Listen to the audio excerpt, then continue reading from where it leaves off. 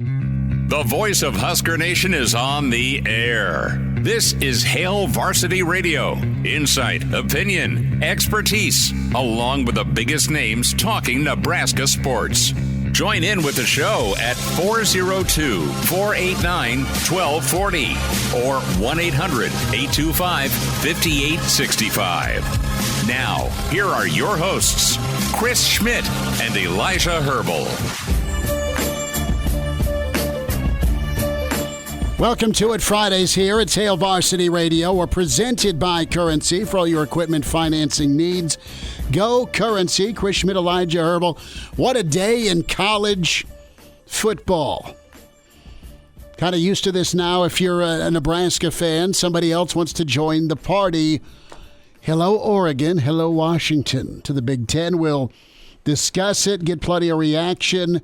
How do you feel about it as a Nebraska fan?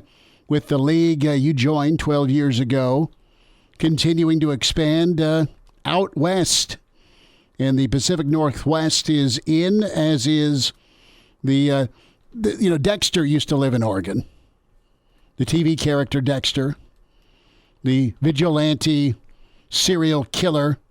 And it's really the awful rebrand of Dexter, but hey, I got sidetracked with Oregon and Dexter. But no, in all seriousness, what a party the Big Ten can become and grow into. Numbers to get in today at 489-1240, 489-1240. Can email Chris at HailVarsity.com and give us a shout on the stream with the Hail Varsity YouTube channel or the Hail Varsity Radio Twitter feed at HVarsity Radio. Some comments coming up from Coach Prime on expansion, Pete Thamel of ESPN, and yes, Mr. Cowherd, the biggest Washington Husky fan there is, or used to be anyway. Some thoughts from him. We'll dive in with Jacob Padilla coming up. Jacob going to join us from Hail Varsity. Thoughts on the week that's been for Nebraska basketball. Bill Doleman with us, prior to Fairbury, NBC Sports, in hour two. He is, I know, chomping at the bit to talk expansion and why things shook out with the Pac-12 the way it did.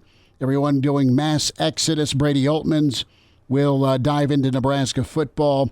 Big Ten taking their tour today on Nebraska as they're checking out camp.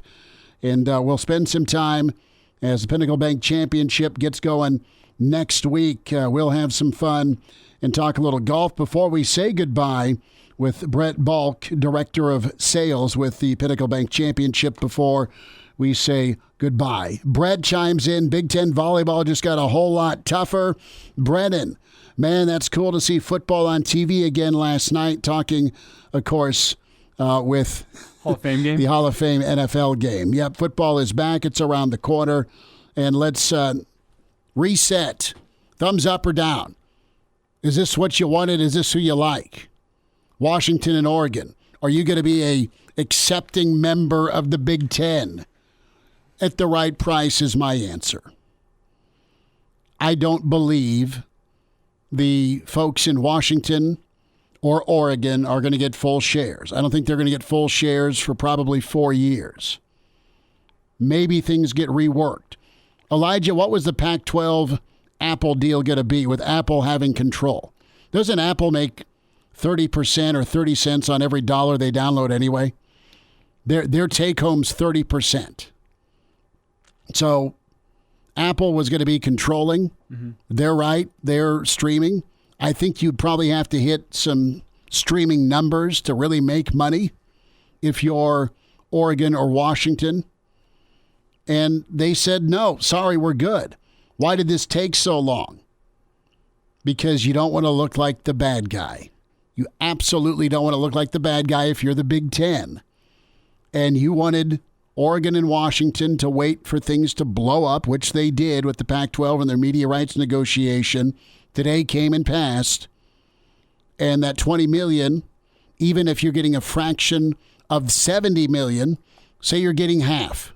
Say you're getting 2/3. Say you're getting 25%, whatever the percentage is, you're still going to make more by several million going to the Big Ten as partial member. Airfare, I know it's going to be nuts, but you at least got some dance partners with USC and UCLA. Yeah. And this is juicy because Nebraska has history with Washington. They don't have a ton of history with Oregon, but it's not been that long ago Nebraska did the home and home with the Ducks. And I hope to see more of Nebraska out on the West Coast. I think it could be really good for Nebraska, not forgetting the Penn States or the Ohio States or the Iowas or the Wisconsins of the world. But 2024 is going to be incredible. Rip up what's on the wall in ink with that projected schedule we talked about just a few weeks ago. Yeah. And is this good for the game? There's a lot of people out there bemoaning this, saying it's bad for the game. There's a lot of people out there who thought adding the AFL to the NFL back in the day was going to be bad for the game as well. Well, that's not true. It turned out to be $1 billion money printer. Exactly. It's hard to tell. It's going to be easier to tell with the benefit of hindsight. All I know is that the Big Ten is going to be able to absolutely rake in TV dollars, and where more dollars come, you can turn around, add more promotion, add more talent, whatever you want to do. That's going to be good for the Big Ten as a whole. When we even get down to the nitty-gritty of it, why does it make sense for the Big Ten to add Oregon and Washington, as you kind of laid out, and as we kind of talked about earlier in the week on this show, you can control all 4 time slots of the major TV networks. It is awesome. You're not going to have a bad Big Ten. You might have a bad game, but on its face, you're not going to have a bad matchup. You have so many helmet game opportunities now, not just 3, but 4 times a Saturday, 12 times a year. And you could even get a little funky if you want to go into pods, Elijah. Oh, yeah, you could. You can make you that can, conference title game a moneymaker. You can go with your AFC, NFC championship before your Super Bowl. You could have 2 more revenue streams with conference semifinal championships. And are you done yet if you're the Big Ten? 20 is the number. If not 24 is the number. 18's in a weird sticking point. I think you look at either pods of 5 or 6, 4 of them, as you kind of laid out in the long run. And then if you have those 4 pods, as you said, conference title game, that's not just a one-off game anymore. No, you're fighting to get into. The week before that, you're playing another pod. The champion of one pod's playing the champion of another pod, because it's teams of 6 in a 24-team conference, let's say. The champion of that pod, because you play all the other teams, goes on and takes on the winner of, let's say it's the Northwest pod against the Southwest pod. Winner of that goes on and plays in the Big Ten title game. You can make more money off the Big Ten title game. You have a premier 11 a.m. game. We're going Central Time here. You have a premier 11 a.m. game. You have a premier 2:30 game. You have a premier 6 or 7 o'clock game. And you have a premier 9 or 10 o'clock game. The entire day, as you laid out, there might be bad games during that day, but there's not going to be a bad Saturday of college football. It's going to draw you in. Yes. You're going to have it streaming at your tailgate. You're going to keep an eye on the West Coast because now you kind of have to. Crew chimes in with teams like Oregon and Washington and USC and UCLA joining the Big Ten. Does that put more pressure on Rule to turn things around quicker? I think Nebraska and other teams will get more talent out of this. Crew, I don't disagree. You've always recruited California. If you're Nebraska, you'll continue to do that, but you'll be able to showcase yourself beyond what had been the Holiday Bowl, or the trip to UCLA, or the trip to Oregon, or the trip to Washington. You're going to be out twice a year, before theoretically, or you're going to be playing one of those West Coast schools theoretically twice a year. I would think you're going to get some form of fashion of that. And now you're square in the middle now. You're centrally located. If you're Nebraska, you're the middle of the league now. You're not all by your lonesome out on an island. But no, this is good. Does it put more pressure? It just makes it harder. But it was always going to be difficult if you're Nebraska to respond and rebound. But that's why you take the job if you're Matt Rule. He's laid that out there. He likes the challenge. He's done it before. Adding these schools just does not say off week. And there's been no off week in the Big Ten anyway. Whether they're talking Rutgers, that was a 1-point win a year ago for Nebraska. You're talking Illinois, they've climbed up. No, you're just going to have to be ultra competitive, be true to yourself, have a different approach, as in what fits us, how do you win, and can you develop? And that's going to be how Nebraska gets back to being competitive and good. The tougher football team with an identity, with a defense, and with a head coach that is going to be an asset on the sideline. And, of course, your quarterback play. Now, it's fun. It's no fun if you're a defensive coordinator, if Kalen DeBoer's drawing up plays. It's not fun if you've got to try and double cover whoever USC's next phenom is out lined up at wide receiver. It's not going to be fun whenever you get the eventual expansion of your conference slate. It's not going to stay at 9. I know the SEC's still at 8, but with 18, 20, maybe 24 teams in a conference, you can't stay at 9 conference games. No, I think you go to 10. You have your warm-up act. You have your not even a cross division.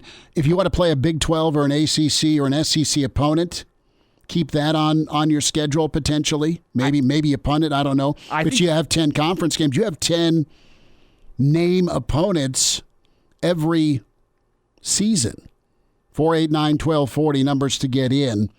But no, is this good for the league? Absolutely. Is this great for college football? It's more chaos, and you've got to adapt or die to it. It's really that simple, and you don't turn them down. If you're the Big Ten, you don't turn them down at the price you're getting them at. The last point here before we get to the phones is you can get back to friend zone mode, at least with ESPN, because you can put together some Friday night or some Saturday night games strictly out on the West Coast. And again, it's 3 time zones, but it's 4 straight games. It's gone from a triple header to a quadruple header. Fox all the way through to ESPN, Pac-12 After Dark. Big Ten now After Dark, which I love. And before we get to the phone lines, I have one more point to make here. When it gets down to the nitty-gritty, how much is Oregon and Washington going to be making in this move? The Big Ten's number they have to hit's low.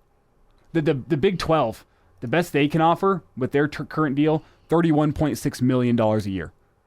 And is that going to be possible once you've added Colorado to give everybody that full share? Maybe, probably not. $31.6 million is the number you have to beat with the Big 12. With the Pac-12, the estimates with their deal right now is between $20 and $25 million. The number of subscribers... We can't give you 70, but we can give you 50 million. Get this. The number of subscribers Apple TV would have to pull in order to get to that 30 million mark to match the Big 12 was 1/10 of the American population.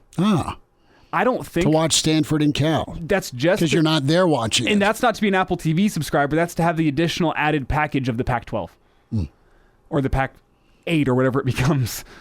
Like, I don't even think 1/10 of college football fans out there would pay for that package. So the future wasn't there in the Pac-12. The Big 12, your number was $30-ish million. The Big Ten can offer a 50% rate, and that's still more than what the Big 12 can offer. By $10 to $15 million. Exactly. Who's on the horn? We got Pete on the line. Pete, go ahead. Thanks for the call, bud. How you doing? Good. Well, now that we've entered the college conference transfer portal, do you foresee eventually some of the teams within the conference that ain't bringing in enough revenue being asked to leave the conference? Relegation. Do we go Premier League with teams not pulling their weight? I don't think you do, because you've got some members of the Big Ten that have been there since day one. You've got some newbies that are going to be really good football programs coming in. You're asking about Nebraska. Does Nebraska get off the mat and start being competitive? Does Nebraska get back to the Nebraska Jim Delaney was getting or thought he was getting? It needs to, but you're not going to just discard. You'll keep adding. I guess if you look at it, what's driving this is money. Money is the most important thing. So everything is being driven by money. Mm-hmm. And so what is going to hold up a conference from asking teams to leave the conference if they're not bringing in enough revenue to the conference? It's equal revenue sharing. First of all, each team gets the same amount of dollars. And that's what I wonder if it changes in the future. I wonder if the Big Ten starts saying, well, you're not pulling your share, so we're only going to give you a 75% next year. If you don't like it, leave. The Big Ten their chancellors and presidents would not let that happen. They are all about everyone being treated equal and getting their fair share, whether you put butts in the seats or not. Nebraska has eyeballs and has a big-time brand. That's what they have at least lived on. Thanks for the phone call, Pete. Barring their record, at least people are still watching despite being under 500. And I think that changes this year with Nebraska and Matt Rule. Nebraska's positioned to be okay because of what they've hired in Matt Rule. That's the hope, and you've got the track record. We'll take some more calls, get to some emails, get Jacob Padilla's thoughts on a basketball perspective. Busy basketball week, but this is pretty nice. Jacob will weigh in also on volleyball, just what it does volleyball-wise with Washington and Oregon. Dana Altman, baby. Welcome back to Nebraska, Dana. Right? It's all right. Didn't even think about that. No, it's good to see Dana. Well, who the hell is thinking of basketball on a day like today? Let's be honest. Well, the Big East was, unfortunately, as they were one league to die. And the first league to die was the Southwest Conference in '96. Pac-12 is going to be calling the Mountain West. And what happened? You're going to see dominoes continue. Another historic day in college football. Not if, but when. Well, when happened with Oregon and Washington. Hail Varsity continues. And now, back to Hail Varsity Radio. Back with you at Hail Varsity Radio as new neighbors into the Big Ten, Washington, Oregon. Jacob Padilla joins us from HailVarsity.com and magazine at Jacob Padilla _ where you follow him. Jacob, a lot going on in the world of college football today, but just overall, your thoughts and reaction. I think it's a good thing for Nebraska, and I think it's a good thing for the league to add two names and brands like both of these schools, and I think you're getting them at the right price. What say you? I don't know. It's just kind of hard to comprehend at this point what it's actually going to look like. I think kind of the rush to consolidation, again, it's coming with all kinds of negatives, but that they're ultimately the people in charge are willing to put up because it lands them more money in their pockets. Mm-hmm. So I think the point of college basketball or college football, college sports in general, it's so big and expansive. The conferences allow you to kind of absorb it in chunks, and it kind of has things self-contained into a little. Everybody, there's similar schedules. Everybody's playing similar teams year to year, so you get a feel for, all right, a real conference champion. Obviously, the regional ties, that plays into that, and I think the regionality is a huge part of college sports and the way that people consume it and follow it. Ultimately, I don't think this is good for like the sport itself and just for fans enjoying the games and all that. But I mean, if they determine it's better for their pocketbooks, and that's kind of what's ultimately going to drive it all the time. So we'll see what it ends up looking like in terms of how do they figure out these schedules? What added stress does it put on the athletes, the ones that are having to go through the extra travel, and like how does that all work? How do the logistics work out, and kind of what impact does that have on the quality of the competitions, the health of the athletes, and all that sort of thing? I think that's all stuff that they're like, whatever, we'll figure that out later. Let's just go get the money now. So that's kind of where I'm at. I'm not a fan of it, but obviously it doesn't really matter. It's kind of where everything's going. And Jacob, I see this as a case of your traditional college football fan, the one who's been following Nebraska since the 70s or the 80s, or the people like me even who all my life have been a college football fan. Is it necessarily better for us? No, but I think whenever you look at the general football fan and the general sports enthusiast, I think it's better for them because you're adding, with four teams, we're going to call it USC, UCLA, Oregon, and Washington, the matchups that'll produce on television, you're getting an extra probably 25 to 30 games that are going to be must-see on TV in any given season with the additions of those teams with who they're going to be playing against, the Ohio States, the Michigans, playing against each other still.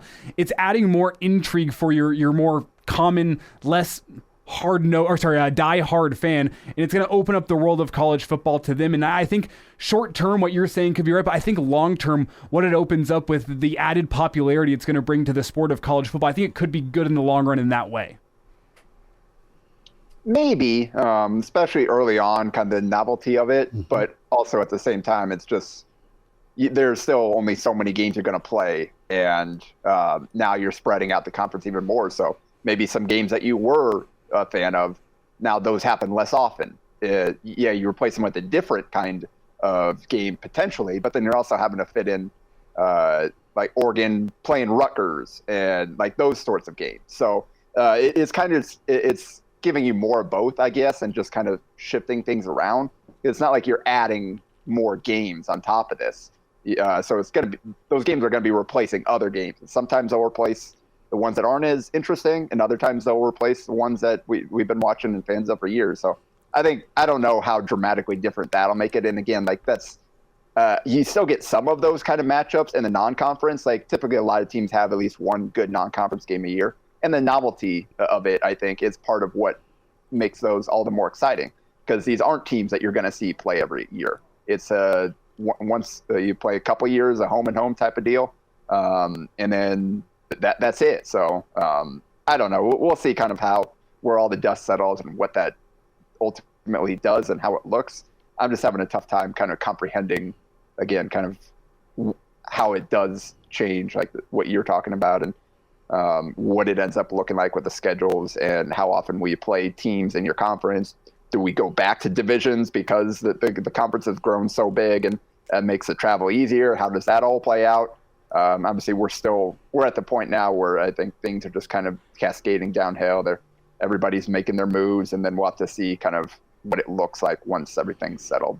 Well, you're going to have incredible inventory options. You can put some dream matchups together every week. Jacob, I wanted to get your take on Dana Altman's brand of basketball that will be coming to PBA hopefully someday soon. Also the volleyball factor and how Coach Cook and Nebraska stand out with these additions. Because I know Oregon's a good volleyball program. Washington's always seems to be in the Final Four. UCLA and USC, I don't know that they're incredible, but they've been good, and there's been some recency where they've been talented as well. So touch on that for me. Yeah, definitely volleyball. It strengthens an already super strong conference. Again, it'll be interesting to see kind of how the schedules play out and what that does in terms of a chase for a conference title, in terms of, all right, are you going to be playing everybody once, and that only gives you a few home and home matchups? And how do you determine what those home and homes are? Are you going to lose out on some of the Nebraska, Penn State twice a year? That type of deal, like where that's going to happen less and less often. Is that how it's going to play out? Like there's still so many questions to be answered about what the product is actually going to look like. Because there's a reason the conferences were the size that they were, just because logistically it made things so much easier for scheduling. Again, the regionality of it for all sports. And the limited numbers that's what thing I love about the Big East basketball is you play everybody. It's a true round robin where you get a chance to, everybody plays everybody. So it's easier to determine, all right, who really is the conference champion here. You went out and earned it playing the same teams that everybody else did for the most part. So that's, you lose out on that aspect of it even more so as you continue to add. I mean, that started to slip away as they went from 11 to 13, 14 to 16. Like as we continue to add, that's kind of going away. And that's so we'll see kind of if what you're talking about, Elijah, with the added novelty, the chance to get some other big matchups, does that kind of offset that?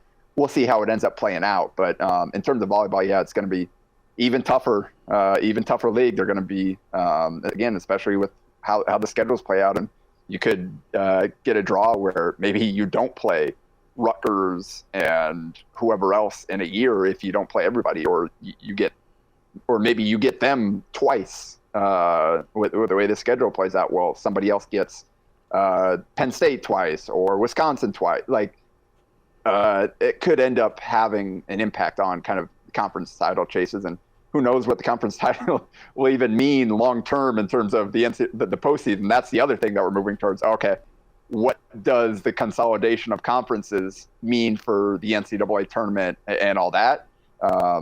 That's way down the road right now. We're still kind of, again, in the early stages of kind of the chairs shuffling here. But yeah, it's already the best volleyball conference in the country that is invested the most in that sport, and that puts that sport on a pedestal more than others, as evidenced by the Big Ten Media Days, still the only conference that does it in year 2 now that I attended with Aaron earlier this week.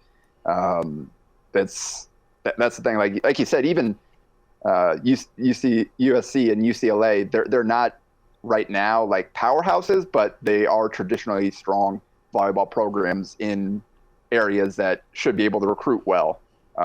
And you think added to the Big Ten, that might even help them jump up even more. So it's 4 good volleyball programs joining already the best volleyball conference in the country. So there are going to be a ton of good games, ton of good matchups. We're already seeing the rise in TV inventory every single year. We're seeing more and more games land on television. We're seeing now that for the first time ever, the Big Ten is going to have a volleyball game on a football Sunday, either depending on what your market is, either leading into an NFL game or coming out of an NFL game. Heck, I know the Creighton DePaul Christmas game, like the huge numbers that did kind of back to back with the football there, what that does for numbers and viewership and for a sport. So they're kind of going for that same thing in volleyball now with Big Fox showing it. So yeah, volleyball is getting strong with this. Basketball, again, it's four good basketball. Well, Washington, maybe not as much right now, but at least 3 good volleyball or basketball programs. Obviously, Dana Oltmann, we'll see how much longer he's going to continue to coach out there, but he'll potentially get a chance to travel back here to Nebraska for a conference game. Obviously, we know UCLA has been on an absolute tear. USC's been good under Andy Enfield. So, yeah, it was already a very strong basketball and volleyball conference, and adding these teams will make it even stronger. Jacob, with the addition of these 2 teams in volleyball, are they going to have to move media days to Indianapolis too? I mean, the basement of that hotel is looking pretty full. Yeah, although it was nice that they kind of expanded, that they moved us downstairs after. If you saw last year, we were kind of in a conference call room where it was a long tape, like the players and coaches were sitting up at a table, and then all the media members were packed into basically a conference table extending out the long way. And I know the TV, like, I don't know if the Big Ten wasn't expecting Nebraska to send like 4 TV people, but that's kind of how the Huskers roll. So I know they weren't super stoked about kind of the angles and the logistics of trying to shoot in a room like that. So this year they moved it down, kind of more wide open room, and I think it worked out well for them. So still a little bit more room in there, and again going in shifts, but yeah, it's fun. Kind of, again, we'll see how it actually looks like. But yeah, Nebraska, Oregon, we've seen it in the postseason. Now we'll see it in the regular season. Nebraska, UCLA, same thing. We've seen a non-conference matchup in the previous years. Now that'll become more regular. So it's yeah, definitely Nebraska is in a very good spot from a volleyball standpoint. Jacob, hang on tight. We won't keep you long after this quick timeout. I want to get your thoughts on the week that's been for Nebraska basketball before we say goodbye with Aaron Eulis and Nebraska, of course, across the pond in Spain. Reaction to what you've seen from the Big Red on their international tour.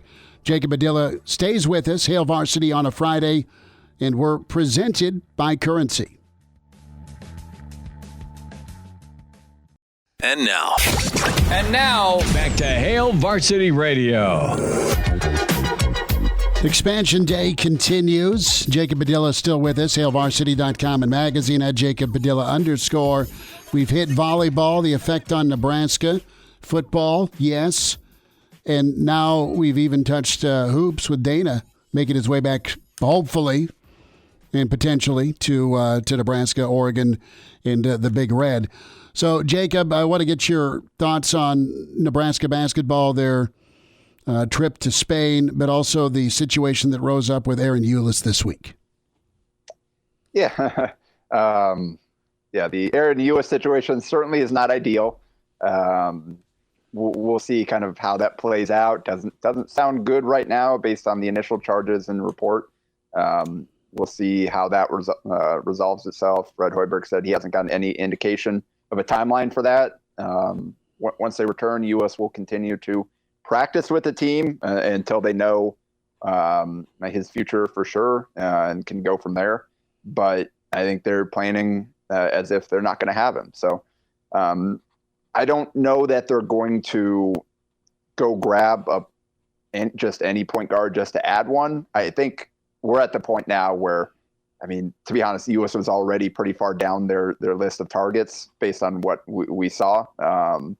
They struck out on a handful of the guys that they're going after to kind of fill out that backcourt spot. So I think ultimately what this could mean is a larger role for Jamarcus Lawrence, which isn't a bad thing.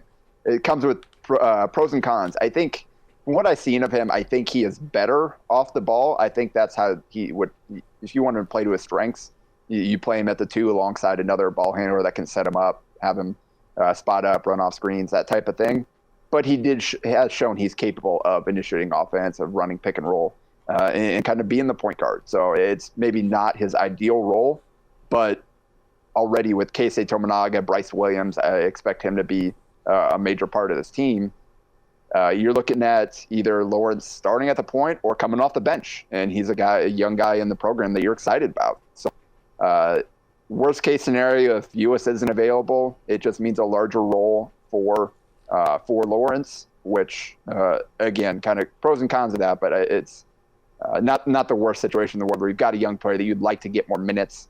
Now this gives you the opportunity to do that. Meanwhile, you kind of spread the ball handling responsibilities around, where Bryce Williams, you see him initiate some, run some pick and roll, and bring the ball up the floor, get them into their sets. Obviously we saw last year how much of their offense they ran through their bigs, and I know Fred Hoiberg thinks that Rink Mast and Josiah Alec can both kind of run some of the same sets that Derek Walker did as kind of a high post initiator, that type of thing. So I think it's going to be more, all right, initiate by committee if they don't have US there at point guard, where you've got a lot of guys that kind of share the ball around. Could open the door for Ramel Lloyd, even Cale Jacobson, who's made the most of this trip from what we've seen, to potentially kind of fill those minutes. You've got Sam Hoiberg, who played backcourt minutes last year. So you obviously never want to rely on walk-ons, but in this case, I think this isn't a typical situation where Cale Jacobson did have low mid-major offers and chose to walk on at Nebraska instead. And Sam Hoiberg, we saw him produce in the Big Ten last year. Mm-hmm. So if you have to get far down the depth chart, those are better options than you typically get in that situation. So it's not ideal. You'd rather have a guy that you recruited to play a role available, but from what we're seeing from this trip overseas and what we've heard, what Hoiberg has talked about with the makeup of the roster, I think he feels okay, like they'll be able to survive if they don't have him available. And that just means that puts more on other guys that are going to have to step up. It kind of limits your kind of smaller margin for error, but more opportunity for the other guys on the roster. It's Jacob Padilla with us here, Hail Varsity Radio. And Jacob, let's look at the hardwood itself and what we've seen in Spain thus far this week. It's a big scoring week for Bryce Williams, but it should be noted a lot of Nebraska's expected key contributors for next year not with the team right now. How much are you taking away from this overseas trip? Is there anything you can take away from what we've seen on the basketball court, or is this more about team bonding, getting this team together before the season actually gets underway? Well, considering we don't actually get to see it, it's hard to take too much. I mean, even if you do get to see it, there's only so much you can take away. It is positive you definitely want to see guys performing well as opposed to the opposite. So that's a good sign. Seeing a guy like not only just the points, obviously had 28 in the first game, but 5 rebounds and 4 assists in that game. In the second game, threes didn't go down for Bryce Williams, but he still finished with 16 points, handful of rebounds, handful of assists again. So kind of making plays more than just scoring and showing off the versatility. So that's, I think, more so than, the point totals. That's what you like to see from him is, okay, he is a guy that can do multiple things for you, that you can put the ball in his hands, and he can help with some of those ball handling responsibilities. Kind of same thing with Kel Jacobson, where he's getting out there and he's making big plays, and even if he's making mistakes, he's making up for them. And he's been a guy that's been out there in the closing lineup and has made big plays from what Fred Hoiberg has said. In both games, he came up in the clutch because these are both close games. And that's kind of the good thing more than anything with these games is they're close, and these guys have been put in a pressure situation where they have to execute if they want to win these games. And so far, they've done just that. So that's probably the most valuable part of the on-court experience is just being in those situations. All right, tie game, few minutes left. Who's going to win? All right, overtime. Who's going to make the plays here? All right, you're going to the line down one. Can you at least get us one of these free throws to get this thing to overtime? And they've responded, and they found a way to pull out the win. So CJ Wilcher, it's good to see him kind of putting up some numbers and obviously rebounding in addition to scoring points. That's with their undersized lineup there. You need those perimeter players to kind of pitch in there. And he's done that. I think he's got 18 rebounds in 2 games as a 6'5" guard. And so and coming off the season he did, it's good for him to go out there and make an impact and hopefully build up some confidence coming back into a situation where, like, if he can get that stroke back that he showed as during his first year at Nebraska, he can still be an important piece for this team. You've got some minutes. You got you assume Jamarcus Lawrence, Bryce Williams, Casey Tominaga all playing 30-plus minutes per game. But I think the rest of those guard minutes are pretty wide open, where Wilcher is the most experienced guy there. Can he grab on to most of those? And then where does that leave Jacobson and Ramel Lloyd and Sam Hoiberg and some of those other guys here? So it's good to see some guys building some confidence and being able to execute in the clutch. So those are something they'll be able to take back with them. Jacob, overtime with us, buddy. Appreciate your takes on volleyball, on hoops, on football, and some Husker hoops talk as well. We'll get caught up again next week. Thanks so much. Sounds good, guys. Appreciate it. There he is. Good stuff. We covered a lot. The football part, obvious, yes, but the volleyball impact, the basketball impact, the Dana factor. I hope Dana coaches long enough to see Dana come back in that Oregon green or whatever the hell uniform they're wearing. We'll get to more of your stream comments, thoughts on Washington, Oregon, joining the neighborhood in the Big Ten. Hail Varsity YouTube channel, check it out there. We'll get to some of your Twitter comments at HVarsity Radio is where you follow the show on Twitter. Hour 1, winding down Hail Varsity, presented by Currency. And now, back to Hail Varsity Radio. Thanks for spending time. Bill Doleman going to join us here in 10 minutes. Pride of Fairbury and NBC Sports. He has been at spots in his career where there has been conference realignment. He has felt it, and he loves playing AD because he should be an AD on top of the obvious talent. But Bill Doleman joining us. Brady Oltmans also get his take on the football effect from a recruiting standpoint and where Nebraska needs to be by 2024, because that's a reality. It just makes the rule hire so much more important that it's right. It was that way anyway with USC and UCLA. It's that way anyway with Ohio State and where Nebraska's been in the current Big Ten. It's also a situation where you get stabilized so you're not absolutely the worst 4 teams, one of the worst 4 teams in the Big Ten. Think about what's in the league now. If you're top half, that was always kind of the goal for Nebraska basketball. Figure out a way to be 8, 9, 10 and be on that bubble for hoops. Well, I think you've got a real shot at 4 to 6 playoff teams of that 12-team playoff right now as it stands Moonbot nails it with his comment when it comes to the Big Ten and their intelligence, national brand, college football continues to grow popularity-wise, TV ratings-wise. Elijah, look, all the games and all the shows that are watched, that show is college football. That show is the NFL. And the SEC, on their grip on college football, stays regional. Well, you can put a lot of regions together and have a national appeal. Colin Cowherd checked in earlier today and his thoughts on what the Big Ten has done. Just think of this top 8. Ohio State, Michigan, Penn State, USC, Washington, Wisconsin, UCLA, and Oregon. That's a really good top 8. That's big brands, some big cities, big stadiums, big money, big fan bases. And the key is 3 time zones. Start at noon on Fox, end at 1 a.m. on the East Coast. 3 time zones represented. As great as the SEC is, it'll cannibalize itself a lot of times with all these great games in 2 windows. You can have 4 or 5 different games, big brands, every window, the Big Ten. Washington, Oregon can play some night games. So can UCLA. You put USC up there against the Buckeyes, Badgers, Nittany Lions, Wolverines in the day and get a number. The SEC is just a great regional conference. The Big 12 and the ACC are tiny, irrelevant markets. And at this point, who knows what the Pac-12 is? I grew up with it. I love it. I'm over it. The world changes.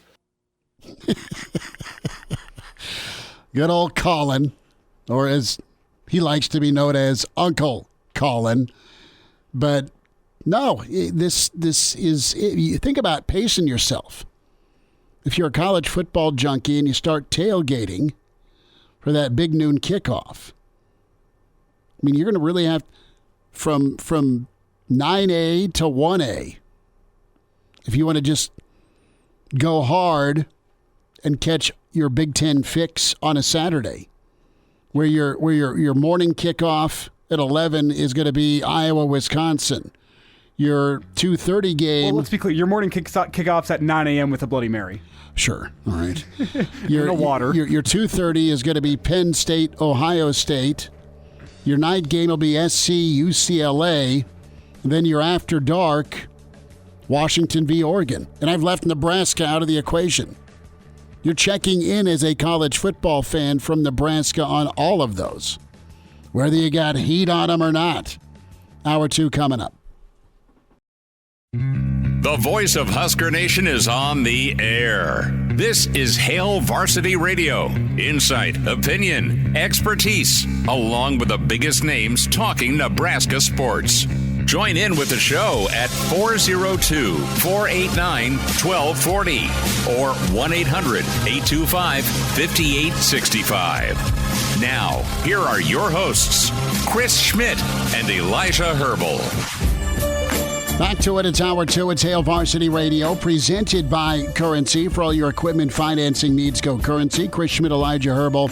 We kick off Hour 2 with Bill Doleman, Pride of Fairbury, NBC Sports, the professor, as Bill Doleman has a map in his room, in the map room, of all the conference realignment he predicted 15 years ago on Average Joe. You have an official statement from Brett McMurphy that the Big 12 is official, adding Utah, Arizona State, and Arizona, along with the Buffs that happened earlier in the week. Pete Thamel of ESPN, the Big Ten chancellors and presidents unanimously voting in Washington and Oregon. Get your fraternity paddle ready, Billy D. I said last week, did I not, that the Pac-12, whatever's left of it, needs to contact Craig Thompson, the former commissioner of the Mountain West, have him talk with Gloria Nevarez, the new commissioner of the Mountain West Conference, and cobble together what remains of the Pac-12 ash heap.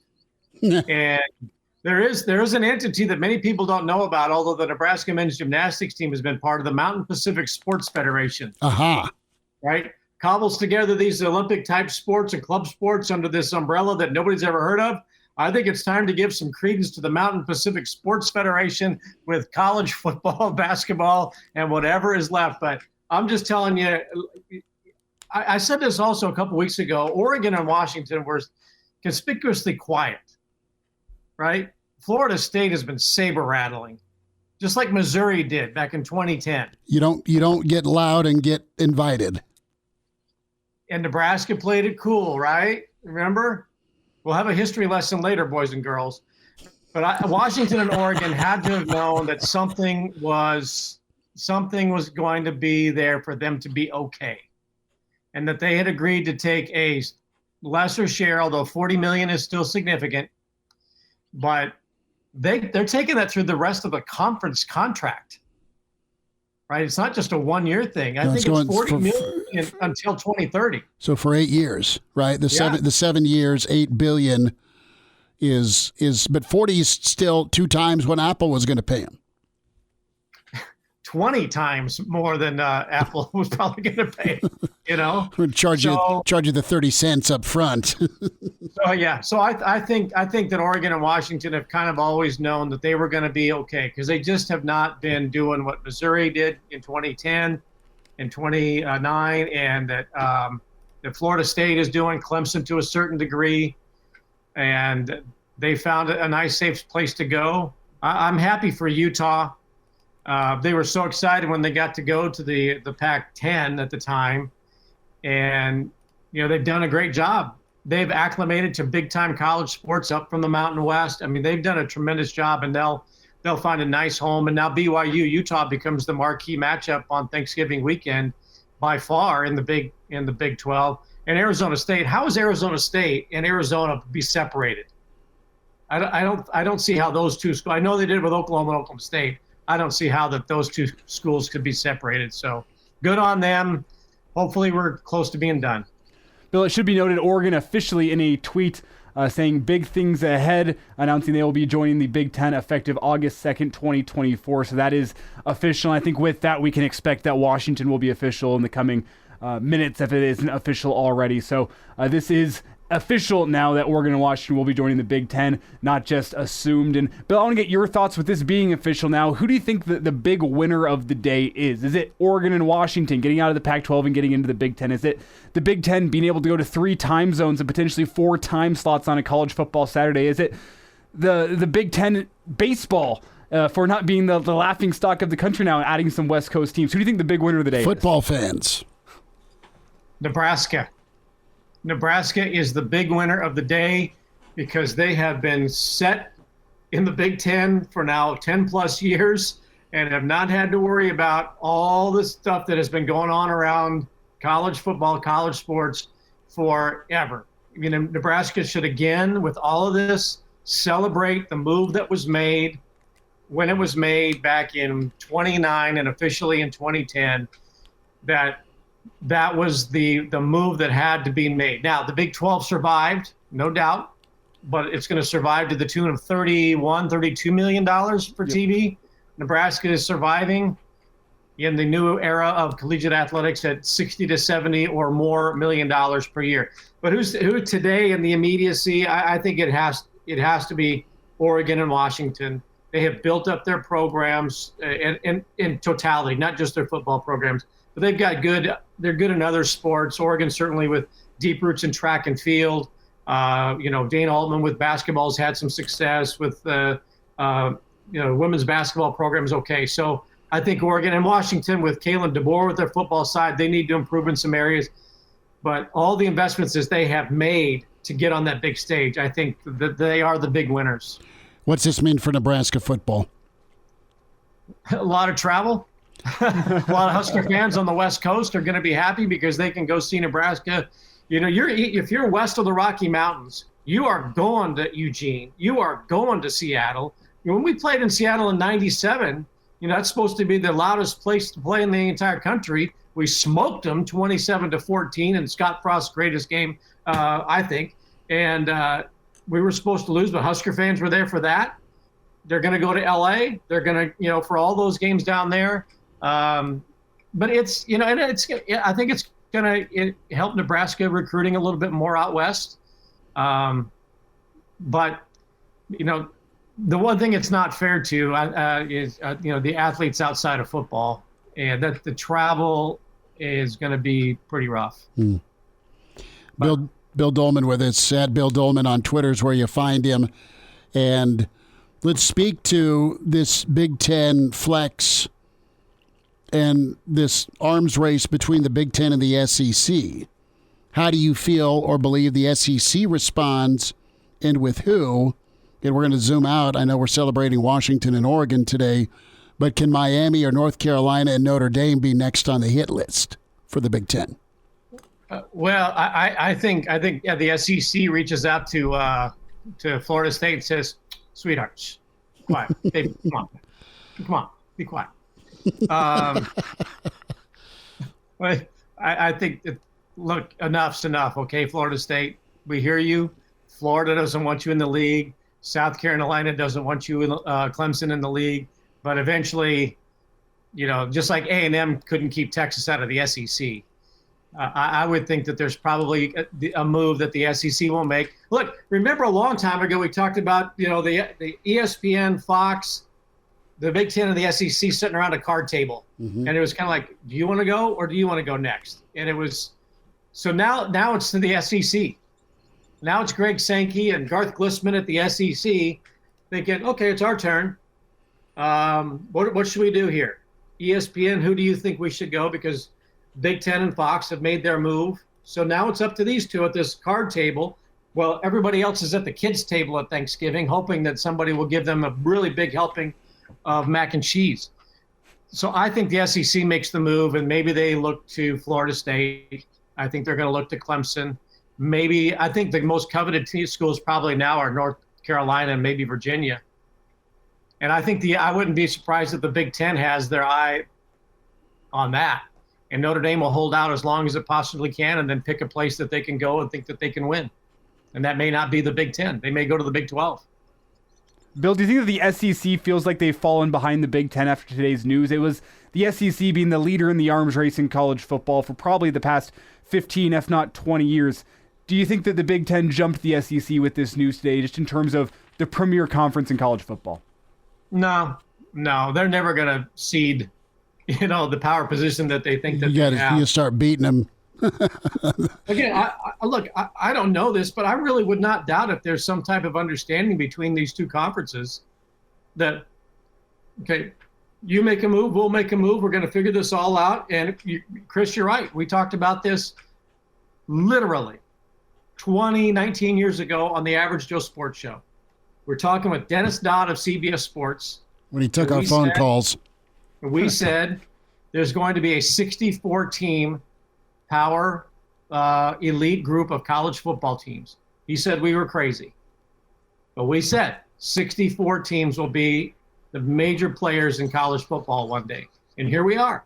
So it's up to the SEC now to figure out what makes sense with them. ESPN, is for whatever it needs to do to make sure that it salvages subscribers from 100 million down to 70 or 50 million. They've got to make sure that they got people subscribing. So I think they're the ones who make the move next. And is it Virginia? Is it North Carolina, Florida State, Clemson? Give me Miami and Notre Dame. That'd be fun. Private schools, AAU members, and then you are truly coast to coast. And for fun, you can get Virginia and Carolina. It's zero love between No, I know. I want one of those T-shirts. You just play the 30 for 30, the day before Thanksgiving, and tell them that you guys got to play the next day. Catholics versus the Convicts T-shirts. Those are vintage. Yeah, that would be fun. Whoever can get them. Notre Dame's going to hold out as long as it possibly can. And you know what we're going to end up having, guys? We're going to go back to 18 conferences. Within these aren't conferences anymore, Big Ten and the SEC. Those are leagues. Okay. So you're in the league, and now you're going to be in a pod, which is your conference, which is your AFC West, Elijah. Division, okay? Yeah, your division. Okay. You're going to have 6 to 8 teams in divisions or conferences within the Big Ten league, the SEC league, and it's going to be structured just like it is in the NFL. So you're going to have teams that you might, you're going to play every year, not just your rivalry game, but you'll probably have something because they've got to figure out a way to make those conference schedules make sense. Do you go to 10 games, 10 league games? Your one bye game, and then your non-conference being an SEC or a Big 12 team, and then you load up for a 10-game conference schedule? Okay, maybe, but then how many games do you have in the regular season? I think you stay at 12, don't you? I think you eventually, if you follow the money, I think the TV partners are going to force you to go 14. Okay, but who's going to want the money, right? Let's say that, okay, here's another thing. Is the money going to be there in 2032? That's a great question. Is the money going to be there in 36 or whenever the ACC is done? That's another issue. Right now, we're paying these unbelievable amounts of money out to conferences, but you're looking around, and with the complete change of the way people consume their media and television subscriptions and whatnot, are they going to be able to afford then? Who knows? But if you start throwing these huge numbers around, I keep saying this, and you're going to say, okay, athletes, all athletes, you're going to have to play 14 games, 15 games, 16 games. Volleyball players, you got to play from coast to coast. You got a doubleheader in LA and Rutgers or whatever. Somebody's going to say, we got to protect the athletes. Sure. We're going to look out for them. And all of a sudden, you're going to get into the legalities of union. You're going to look at the legalities of, do we make them university employees? The NCAA comes down today out of, we got new NIL legislation. Okay, you're about 2 years, 20 years too late. I mean, where's the NCAA been at all in this? There is nobody supervising these power brokers in college football. And because they're making all the decisions, all these other athletes in sports are being left to go, okay, we got to acclimate, because a lot of money's coming in. So we got to do our part. But somebody's going to say, we're going to look out for the athletes here. And we know we got NIL, but the NCAA is so far late and so toothless with college football that there's no way they can control it. And Bill, with the NCAA losing control over college football, what's the end game here? Is it a Big Ten SEC merger a la the AFL and NFL back in the 60s? What's the end game? It could be the average Joe sports show league of 64. Right? Give me a name and right. I don't know. I think that as nice a job as the Big 12 has done, and I think we have to admit that that's going to be a really nice league to watch some good, fun games, but the tradition and the powers in the SEC and the Big Ten Conference. But the Big 12 is going to give us good product, and for that 1 month of the year when people care about college basketball, March is going to be great with the Big 12. But what's left with everybody else, I don't know what the end game is, but people may just go, you know what, I'm just going to root for my little Division II team down the block. It's cheaper to get in. It's like, it's like when they put those independent league teams like the Kansas City Monarchs, they put them in a major league facility or a major league city like the Kansas City Royals, and I can take my team, my family of four to a baseball game for $50 a night, and we're just going to enjoy ourselves. And I think maybe fans are going to go, I can't follow all this anymore. My team's having a good year going 9-7, and it's just going to be where I think the end game for people are going to go, what just makes sense affordably for my loyalty. And people in Nebraska will always be passionate. There's no question, but nobody else has Nebraska's fan base. Billy D, this was good. This was good to get caught up on expansion. You've got opportunities for all the Californians, for Nebraska, all the folks on the West Coast with Oregon, Washington. Great history with a lot of home and homes with Washington for sure. Same with UCLA. And the league grows. The payday's been there and stays there for Nebraska. And Oregon and Washington got the hookup as well. We'll see if it keeps on. We'll get a Guinness this weekend, all right? Deal. All right, there he is, Pride of Fairbury. Go Big Red. Bill Doleman joins us. Brady Oltmans standing by. We'll check in on some Husker ball with him next. And now, back to Hail Varsity Radio. More on realignment and expansion from the Husker angle. We welcome in Brady Oltmans at Brady Oltmans on Twitter. And be sure to follow Brady along with great commentary and obviously the effect Nebraska will have with this and the matchups that folks want to see in college football, volleyball, baseball, basketball, and beyond. Brady, what's up, man? You been busy today? Yeah, what's going on for you guys? Anything happening in your lives lately? Yep, two new neighbors, two good-looking neighbors, and Nebraska able to smile and, as Doleman put it, just sit back and relax, count their money. Been counting their money. Any word from Nebraska brass yet? Either Coach Rule or Trev or Teddy Ballgame? I haven't received anything yet. As of now, there's been no official statement by Matt Rule or Trev Alberts, and Ted Carter, who represents Nebraska on the Big Ten Council of Presidents and Chancellors as of the region's vote back in June. So he would have voted to approve Oregon and Washington's induction into the Big Ten. His office has not returned comment to me yet as of this time, but I'm sure with Husker football practice going on tomorrow, Matt Rule will be asked about it, and I'm sure that there's no shortage of things that he'll be excited about from that angle. It gives them plenty of opportunities, and that's what he's big on is opportunity of playing the game. Brady, I asked the same question to Bill, and I want to get your thoughts on it. Who do you think that the big winner of the day is today? There's a lot of options. There's the Big Ten with what they add in football. There's the TV partners of the Big Ten with what they can potentially add in terms of revenue. You have Oregon and Washington. And finally, the last one I added is Big Ten baseball as a whole. It just got a lot better with the addition of 4 teams, USC, UCLA, Oregon, and Washington. Who do you think the big winner of the day today is with this news? I think... it's multiple prongs. I thought my initial reaction was baseball, volleyball, softball, all of those sports. The Big Ten just bolstered its notoriety, and obviously football is the big driver. But you have it all goes beyond all of this. And effective August 2nd, 2024, Oregon and Washington will become full-fledged all-sports members of the Big Ten. Obviously, it helps them both. They'll take partial revenue shares at first, and then they'll be full-fledged Big Ten media rights members on their next media rights deal. And I will say I just got a statement from Nebraska that today marks an exciting moment in the history of the Big Ten Conference and the University of Nebraska. The landscape of college athletics continues to quickly evolve, and adding Oregon and Washington further establishes the Big Ten as the preeminent conference in the country. These are two great institutions with highly recognizable brands that expands the conference footprint to the Pacific Northwest. Nebraska has a large alumni base on the West Coast and the region of the country to watch the Huskers compete on a more regular basis.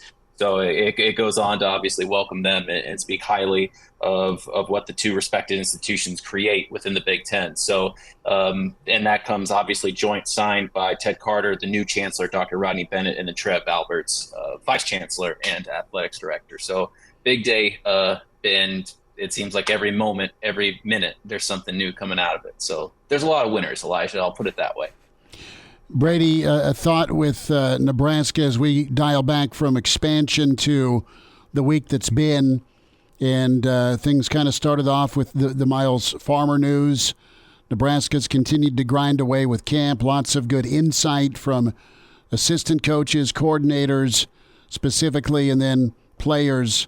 And what is, I guess, your question mark after week one, or what did you take away that impressed you most after week one from hearing from who we've heard from? That's defensive line, that's some linebackers, that's wideouts, that's coordinators, that is guys that have reshaped their body. I mean, it's been a really good line of folks to talk about how things have kicked off.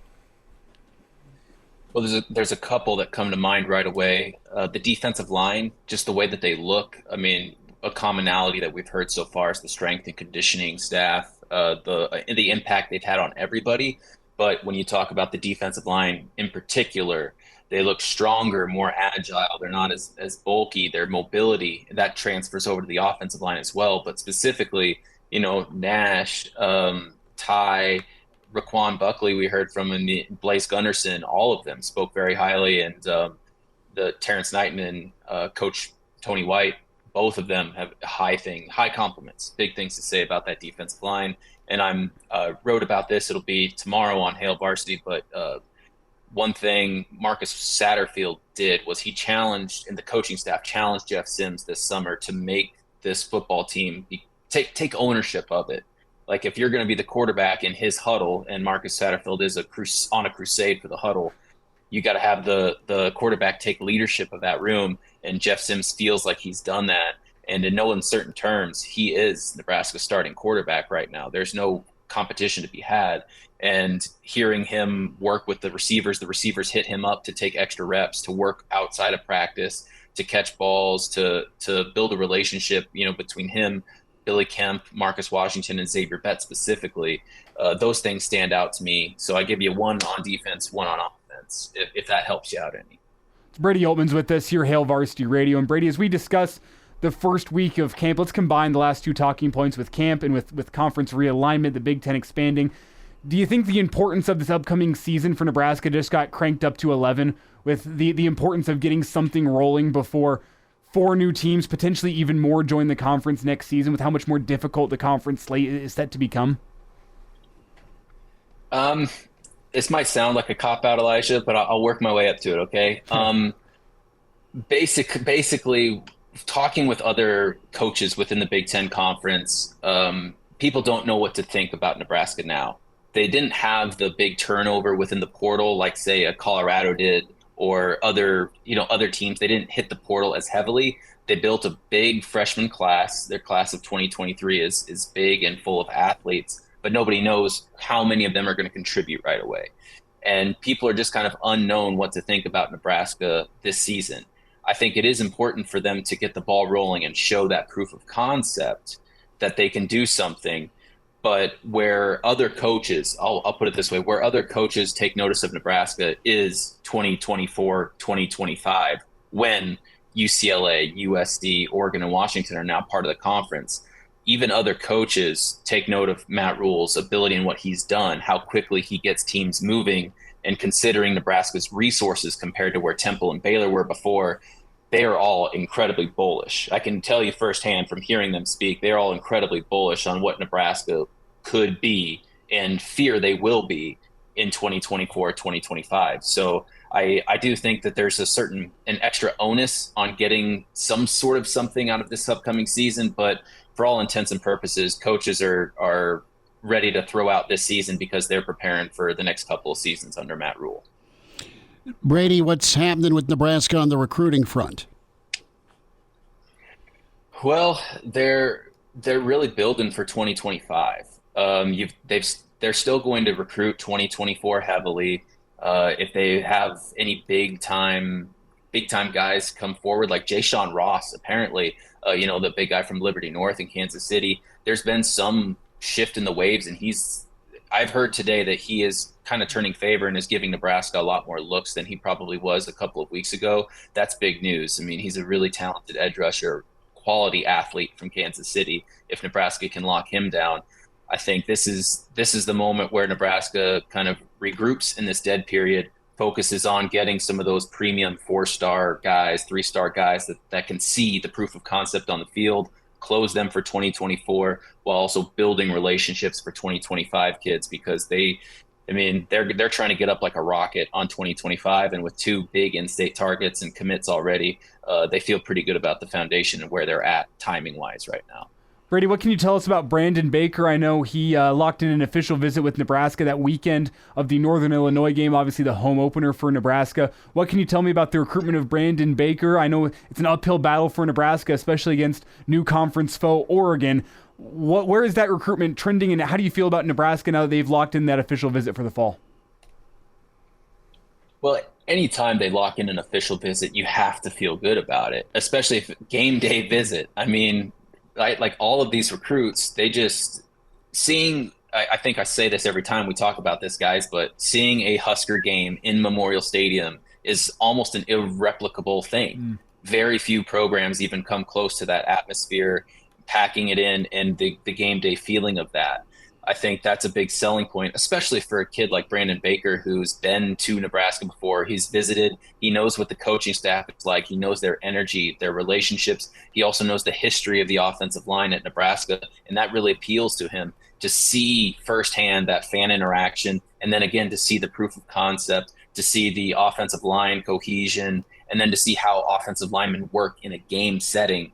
it could go a long ways. I'm not bound to say that he's a lock-in for Nebraska by any means. That's certainly a tall hill to climb when you're going up against the Oregons and the Alabamas and the Georgias and the big-time programs like that. But as long as Nebraska's in the mix right there and still getting official visits at that point, you can't really scoff at Nebraska's chances to land a guy like that. Well, you're now playing and recruiting against a team in your conference. I was going to say historic perennial Big Ten power Oregon. Oregon, right? Yes. Uh-huh. I love it. This news just in from Adam Rittenberg and Matt Fortuna. They are reporting the Big Ten members, Oregon and Washington, going to enter the league at a reduced revenue share of around $30 million. Wow. 50% under, honestly. If it's that $30 million? Well, the take-home is 70 per Big Ten team right now. Yes, that's under 50%. Yeah, and they're going to increase by $1 million each year during the current media rights deal, and it's 7 years, $8 billion, right? So the most they'll max out at is at $37 million. Wow, that's a discount. Well, it's still $17 million more than Apple was going to pay you. Mm-hmm. But Brady, I mean, think about it, man. We're going to have to pace ourselves if there's an off Nebraska week and we kick off with the 11 a.m. and we got to make it and stay upright till 1 a.m. with the Big Ten After Dark. Yeah, well, and like the Oregon presidents, bring me water. Take that reduced share. they're going to take that reduced share, but then they will be full-fledged. They'll get the full payout on the next Big Ten media rights deal, which, from everything that I've heard today, is they should start negotiating that 3 to 4 years from now, based on it could be expedited now with the official vote, but 3 to 4 years is what they're looking at for when they actually go back to the bargaining table and get that going. So, it's a lot of numbers. Is it $8 billion? Is it $10 billion? The next round, is it lower than that? And Schmidt, something I just thought about: reaction show starting at 1 a.m. No. Oh, it's going to happen. We'll talk to you in the morning. Brady, we'll talk to you this weekend over a cold one, all right? Well, appreciate it, fellas. Thanks for having me.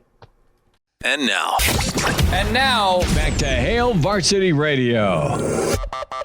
Thanks for hanging out. Busy day talking Big Ten expansion. Nebraska's some new West Coast neighbors, not just la-la land anymore. Big thanks to our team for joining us, of course, Bill Doleman and Brady Oltmans and Jacob Padilla. Going to talk a little golf here. Quick tweet from Steve. Adding these 4 schools from the West Coast probably going to help the nighttime time slot in November. If you've got some of the old guard of the Big Ten stomping about November night game kickoffs, you can just head on out west and do it that way. A fun 9 p.m. Well, not 9 p.m. though for the West Coasters. Yeah, no. Could be an 8 o'clock local start for them. Let's switch gears. Pinnacle Bank Championship is next week. Indian Creek, going to be incredible. Just a gem of an event. And we welcome in Brett Balak joining us here at Hail Varsity Radio. Brett, thanks for a few minutes. How's your day? Everything's going great. Thanks so much for having us. Well, appreciate your time. And let's talk a little bit here about this year's event. But before we dive into all of that, let's talk a little bit here about Pinnacle Bank Championship and some of the charitable aspects that have been ongoing. I know that's a big priority. Yeah, it's very important to Pinnacle Bank, the charity aspect. We've given a lot of money back over the years, $620,000 over the 6 years we've had the event, and we did about $160,000 last year. And we'd love to get a lot of people out here to support the tournament, the community, and give back to the community. It's very important to Pinnacle Bank and something we love doing. So, can log on pinnaclebankchampionship.com, get your tickets, and get locked in there as you've got the Sandhills Global Pro-Am that gets going Monday, and then practice rounds begin Tuesday, another Pro-Am on Wednesday, and then the tournament first round starts Thursday out at Indian Creek, of course, in Omaha. And tell me a little bit about the field and some of the players in this year's event. Yeah, we always get a really strong field. Primarily, the guys really love the golf course. They have to use every club in their bag. It plays about 7,800 yards, which is long. The fairways are a little bit soft right now, so it's going to play even longer, but it's a great layout. Tough off the tee. difficult green complexes, and it's always a favorite stop of these guys on the Korn Ferry. Plus, we're getting late in the year, so guys are really fighting to get their cards. And, it's going to be a battle. The golf course looks really awesome. Jim Nedrow and his staff out here at Indian Creek do an amazing job, and they've taken on a lot of rain, and it still looks phenomenal. So we're really excited to get started next Thursday. Tell me what kind of challenge that Indian Creek is going to provide for the golfers next week. Obviously, every golf course is different in its own way, and Pinnacle Bank, a mainstay here in Nebraska. For those out there who haven't gotten a chance to make it up to Omaha for the championship, what kind of challenge is going to be presented to the golfers next week? Yeah, I mean, the length stands out, but really for these guys, that's not a huge deal. But the rough is going to be a challenge. I mean, the rough hopefully will have it to about 6 inches by Sunday. Wow. So you're going to want to hit a lot of fairways, a lot of greens. And then, like I said before, the green complexes are challenging, difficult to read. They're in perfect condition. They're going to roll smooth. And whoever kind of makes the putts come down the stretch is going to be the champion. I think, we historically have had our winning total has been, 10, 12, 15 under. And the guys like that. They like to come to a tournament where it's not going to be a pitch and putt where, 25, 28 under wins. So I would say, if I had to predict right now, I'd say somewhere 15, 16 under is going to be right in it to win. Brett Balak with us as we talk Pinnacle Bank Championship, Hail Varsity Radio, awesome event, annual event, Indian Creek in Omaha. And Brett, when we talk about the clubs in the bag that you mentioned, where do you kind of sit and stand with what part of the game is most important? Is it putting for this, or is it off the tee? I mean, if you had to circle one part of your game that is most important this next week, what would you circle? Yeah, that's a great question. Right now, the way the golf course is set up, I'm going to say accuracy off the tee, because if you're in the rough, I mean, there's going to be some of the, par fours that are over 500 yards that you're not going to be able to get to the green too. So hitting fairways and hitting greens is going to be huge. And like I said, the greens are absolutely perfect. It's going to be an awesome week. But I definitely say off the tee is going to be the key right now.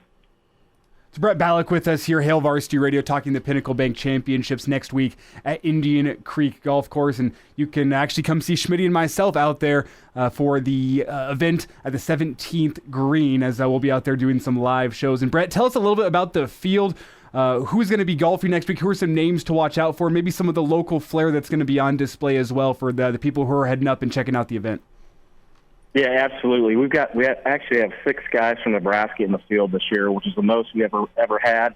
It's a great mix of kind of some new guys and some veterans. We've got, Scott Gachewski pretty much has his card locked up, and I know he's going to want to solidify that here on a course that he's very familiar with. Brandon Crick is right in the mix. Brandon played at Nebraska and has been a long-time Korn Ferry guy. Nate Vance out of Lincoln is doing a great job. He was the winner of our Monday close qualifier. We got Noah Hoffman, Carson Shockey, and then also Luke Kluver, who won the Indian Creek Invitational. And Luke is still a collegiate player at Oklahoma. So it's a really nice mix of youth and experience. And love to get a lot of people out here to watch these guys. We're one of the top attended events on the Korn Ferry event. Have been right at 50,000 total attendance. So we want to kind of break the door down there and really get a lot of people out to watch some great golf, especially with the Nebraska flavor that we have here next week. Brett, tell the listeners and viewers here just what a experience is like at a pro golf event. I mean, folks have watched it for years on TV. Some folks have attended it clearly up in Omaha over the years. But if someone's trying to make that decision, do I take the family up to Omaha next week? What are they going to experience? Yeah, well, it's an easy golf course to walk. We've got several fan-friendly areas on grounds where you can get concessions and food. I just think this tour has got all the best up-and-coming players, and it's just very exciting. Like I said, we've got a lot of young guys that have come off PGA Tour U that are a couple of them have already got their cars locked up. We've got a lot of veterans that are kind of at the back end, and they want to make another run at the PGA Tour. And just as an example, the last 4 years we've had Scotty Scheffler, who's number 1 in the world, played here. Will Zalatoris, Xander Schauffele, and Wyndham Clark, who's your current U.S. Open champion. They've all played here in the last 4 years. So for me, it's exciting to try and, identify and see who that next great player is and is going to break through and win a major. So they're definitely here at this level, and come on out, watch some great young and experienced talent. It's a great golf course, and I think it's going to be a phenomenal week. A lot of future stars. Brett Balak with us, Pinnacle Bank Championship. Log on, pinnaclebankchampionship.com. Get up to Omaha next week, Indian Creek. It's amazing, and we're blessed to have it in the state of Nebraska. Brett, thank you for your time today. Appreciate you jumping on. Okay, thanks so much for having me. Take care. There he is, Brett Balak with us here on Hail Varsity. It's going to be awesome to be up there Tuesday through Friday next week, Indian Creek, and just incredible. And he laid out the guys that have come through there, and there's more stars to be had for sure. We'll wind down a busy Friday. Hail Varsity continues. We're presented by Currency. And now, back to Hail Varsity Radio. One final time, get the podcast, Spotify, iTunes, Google Play. Download the segment you want to hear or the whole bleeping thing. You can check out the YouTube channel as well with Hail Varsity, the video version, and can rewatch the Hail Varsity Radio Twitter feed at HVarsity Radio. Chris Schmidt, Elijah Herbel. Thanks so much to Bill Doleman, Brady Oltmans, Jacob Padilla, and, of course, Brett Balak with the Pinnacle Bank Championship. Roadies for us next week, Thursday. Check that, Tuesday through Friday, as we'll be up at the Pinnacle Bank Championships. Want to see you out there. Get a ticket up there and enjoy, man. Just a great beer garden, fun for the family as well, and amazing golf. Some emails we'll try and carry over tomorrow. The weekend edition gets going at 7:45 tomorrow morning. I kind of say that with a grin. I'm planning on it. Elijah, are you good with 7:45? I mean, yeah, I am every single week, aren't I? Yeah. We'll load up on the coffee, get it rolling. And, of course, Matt Rule speaks tomorrow to the media, which is great. Going to get a recap. Big Ten, the Sprinter van, no longer the bus tour, the Sprinter van tour in Lincoln today. So we'll see if we can't run down Coach DiNardo next week. And also our friend Brock Eward, longtime Washington Husky, now part of the same league together. Reminder to get your seatbelt on. One of 3 fatal crashes in Nebraska involves an alcohol-impaired driver. Why take chances if you drink, don't drive? A message from the Nebraska Department of Highway Safety Office. And, great input by so many. Matt, Steve, crew, and all the other folks who've jumped into the stream. That's a great way to get in contact with us. I like what Steve says here. Try and schedule a non-conference game against somebody from Texas to keep that pipeline going. You got enough Texas flavor on staff or with past relationships, you'll have that door open. California's always been very, very good to Nebraska, and the West Coast going to be even that much better. Joe Wilkes, he's out in Oregon. We talked to him this week. Out in Big Ten country. He's out in Big Ten country now. What's happening with Bill Walton right now?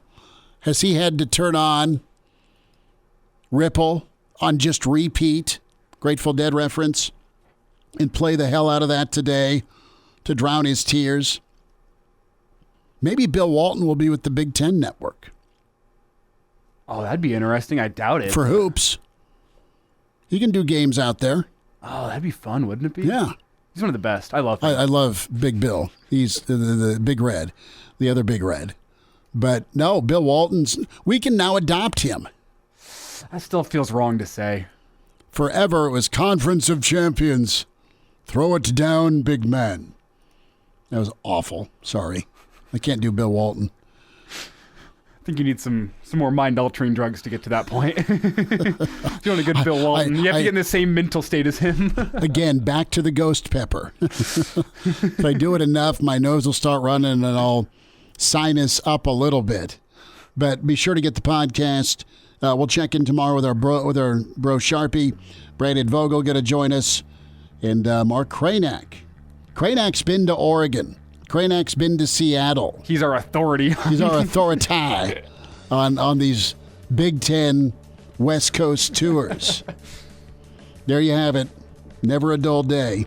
No, there is not. Oh, yeah, and we're under 20 days, under 30 days till kickoff. So football to get into. Talk to you tomorrow morning. Thanks.